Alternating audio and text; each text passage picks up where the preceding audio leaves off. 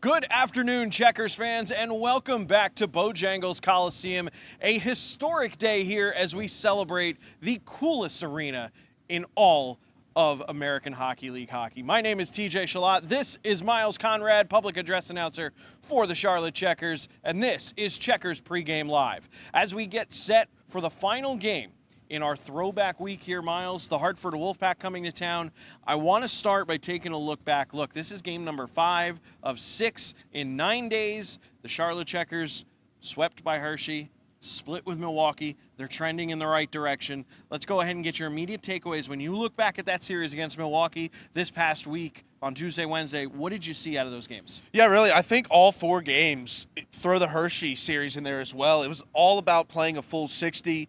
The Checkers did not do that in really all 4 games besides the Wednesday night game where they really needed a push in the third period. But, I mean, we saw most of these games were played 40 minutes of Charlotte Checkers hockey, hence why they were up on Hershey big. They were tied with Hershey going in late. And it's same with these last 2 games, right? It's going to be so important to play a full 60 against a Hartford team that you know is going to be hungry looking for a win. Yeah, absolutely. And I think you nailed it right on the head when you're talking about, playing 60 minutes of Charlotte Checkers hockey is the key to victory. If I could read between what you were just saying, go between the lines, it's 60 minutes, and that's Charlotte Checkers' keys to victory in that regard. And I think when you look back at the Milwaukee series specifically, you have 2 games on back-to-back nights that exactly were opposites. You had a Checkers team that played 40 minutes on Tuesday. You have a Checkers team that plays 60 minutes on Wednesday. Absolutely. So it was one of those things where we're going to really push to see this team play 60-plus minutes. I mean, if it goes in overtime, we need a little bit more juice to get things going, a little more gas in the tank. But tonight, one of the keys is going to be play 60 minutes, and I've got 3 other keys coming up in just a bit. But before we go there, I want to start with the highlights going back to Tuesday.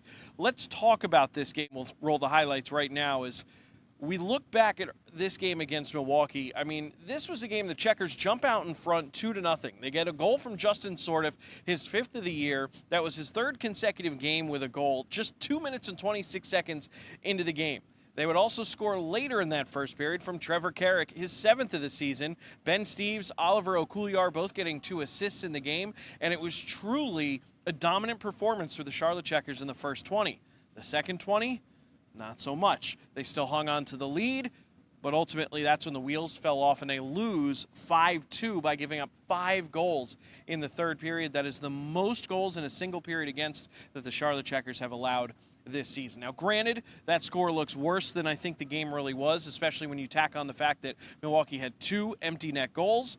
But either way, the Charlotte Checkers fall by a final score of 5-2 on Tuesday night. So the team went home, licked their wounds. I think everybody in the arena, especially the players, knew they didn't play a full 60 minutes, and the next night they went out and did it. Let's go ahead and roll the Wednesday highlights for you as well. It was an entirely different game for the Charlotte Checkers. Once again, though, they did jump on the scoreboard first. The Checkers get out to a 1-0 lead. They would see that lead get evaporated, and they would fall down 2-1. But the Checkers battle their way back. They ultimately win this game by a final score of 4-2. 2 goals in the contest for Kyle Criscolo, which is a huge night for him. That is the 8th game this season that he has scored a multiple-point night. His 3rd 2-goal game this season. Kyle Criscolo just needed that to get back going. He had a great start, kind of fell into a little bit of the doldrums there, but he came back, and the Charlotte Checkers get that victory behind Ken Appleby in goal, and that's where the Checkers lead up into this game. You talk about a team coming in off a victory after losing 3 straight. When you look ahead, what is your predictions for how this series is going to go against Hartford this weekend? Well, I love that you brought up Criscolo because he even talked in his post-game presser and gave a quote saying how much it meant to him to sort of get that weight off his shoulders. We know this is a player that can take over a game. As you said, 8 times this year he's had multi-goal games, and I'm going to bet the Checkers probably won a lot of those games. It's all going to be about getting effort from all sides. Obviously, we know playing 60 is going to be huge in both of these games because, again, let's not overlook a Hartford team who, hey, go back to last year. The Checkers had their number, and then come playoff time, Hartford knew how to beat this Checkers team. Got to play a full 60. Got to have a bunch of players step up on the score sheet. Obviously, Chris Colo has been playing fantastic, but he hasn't seen the score sheet in a little bit of time. I'm looking today to see a big offensive effort from guys, whether it's Skoog, Asplund, Chris Colo again, get on the score sheet. I expect a win by committee today, if that gives you any little prediction for this weekend, TJ. Yeah, and I think you're absolutely right. Obviously, it was great to see Chris Colo kind of get that monkey off his back and play the way that we know he's capable of playing. And with the way this team has been decimated by injuries all year, it seems like, he was at his best earlier in the year when there was a little bit of a consistency with that forward group and he knew who his line mates were going to be. And then it seemed like every week, every series, it was a new winger and then another new winger and maybe a different winger. And, and it just was one of those things where it's hard to find a rhythm. And I'm hoping that, now with the team kind of getting relatively back to a stable point, there's still a couple players that are close but not quite there in terms of returning due to injury. And then there's several players that we're just not going to see at all for the rest of the year. But I think we're getting to a plateau. And that allows a little bit of comfort to a guy like Chris Colo or a guy like anyone, really.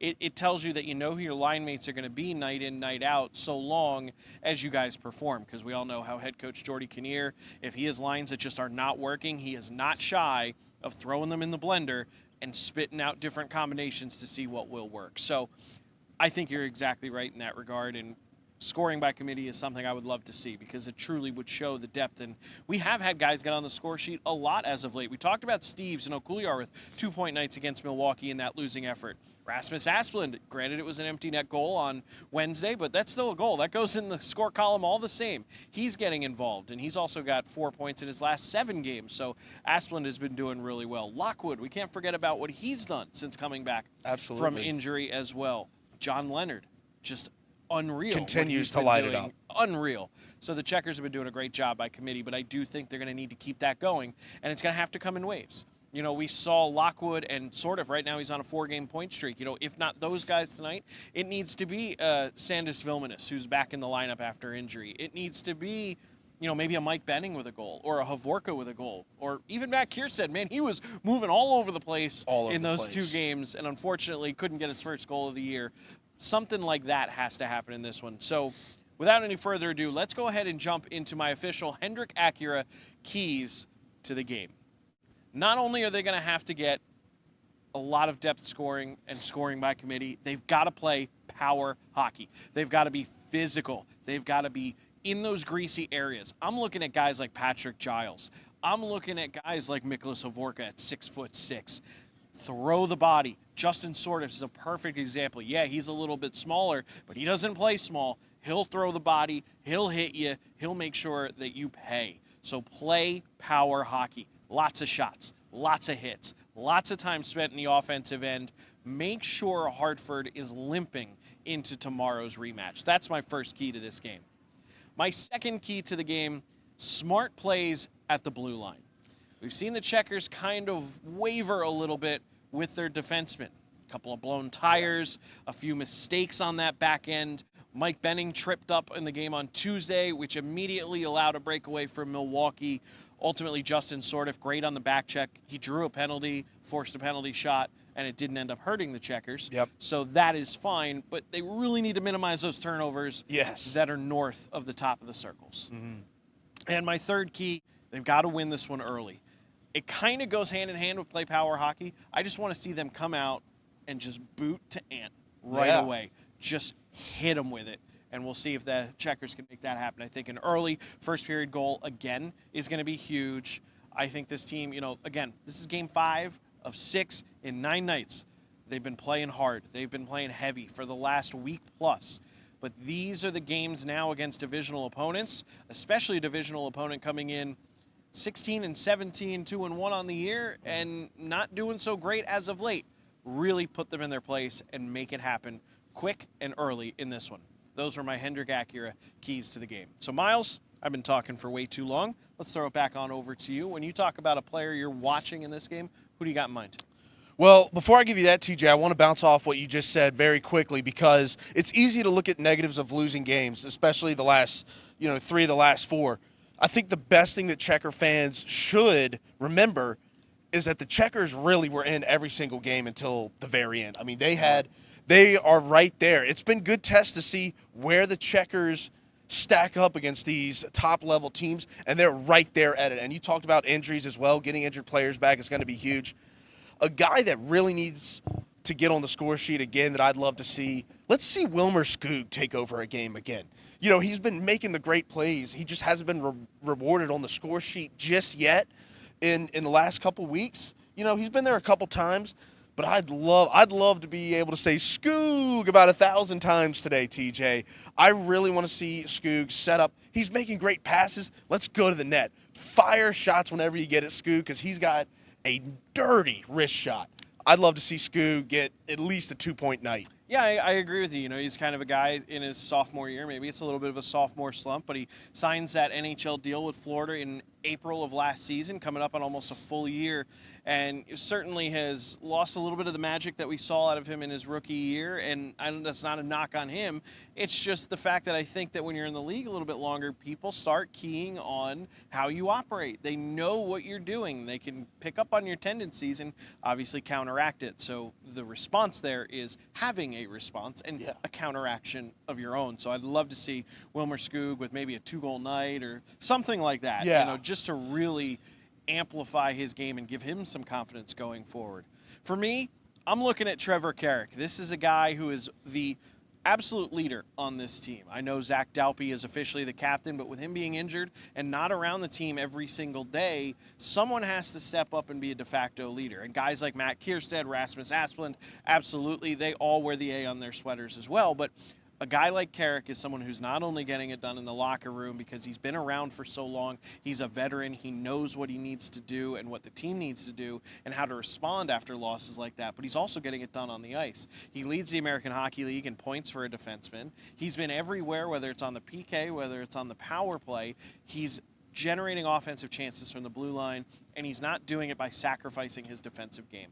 So I'd love to see Trevor Carrick continue his play. I'd like to see him have a multiple-point night here, maybe another goal, maybe added an assist, and wake that power play back up because they have been struggling as of late. They've been 0 in their last 3 games, and they're coming down to earth. They're sub 30% now on their power play percentage, and I think a lot of that will start with guys like Carrick.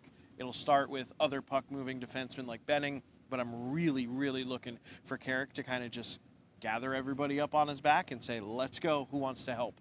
So we'll see what can happen there. So those are our players to watch in this one. As we take a look, Miles, let's talk predictions. Checkers taking on Hartford. Charlotte is 0-1 on the year against the Wolfpack. What do you think you see here for this home matchup? I think we've been kind of hinting at it all show, TJ, where I think this is truly the game the Checkers are rewarded on the score sheet. I see a lot of offense coming here, especially you talk about get the power play right. Hartford is a team that does take more penalties than they don't. Let's get the power play rolling. Goaltending has not been an issue in my eyes either, TJ. I think the goalies have stood strong when they've needed to and made the saves they've needed to. I think it's going to be a strong all-around performance today. Give me a defining 5-1 Checkers win. I like it. I think you're on the right track, to be honest with you. I do think that it's going to be one of those games where the Checkers are going to take control early and they're just never going to let it go. Yes. I think 5-1, 4-1, something along those lines is probably going to be the score in this one because this is just the Charlotte Checkers team that knows that they're not perfect and knows that they need to work on a lot of stuff. They see a team that's coming in here kind of limping their way in a little bit in Hartford. You kind of lick your chops and you go, okay, let's go to work. It's not one of those situations where it could be a trap game because I think the Checkers, having lost 3 of their last 4, they're wise to that. They know they have their deficiencies. So this gives them the opportunity to work on those deficiencies and go out and hopefully take 4 points from a division rival and really kind of keep up in that very busy Atlantic Division. So that's what's going on the ice as far as our predictions between the Charlotte Checkers and Hartford Wolfpack. What's going on inside the arena? Well, we've got 2 games here this weekend. Tonight, we wrap up Throwback Week. The Charlotte Checkers will be wearing their throwback Charlotte Clippers-inspired jerseys, white sweaters with that ship wheel on the front. So good looking.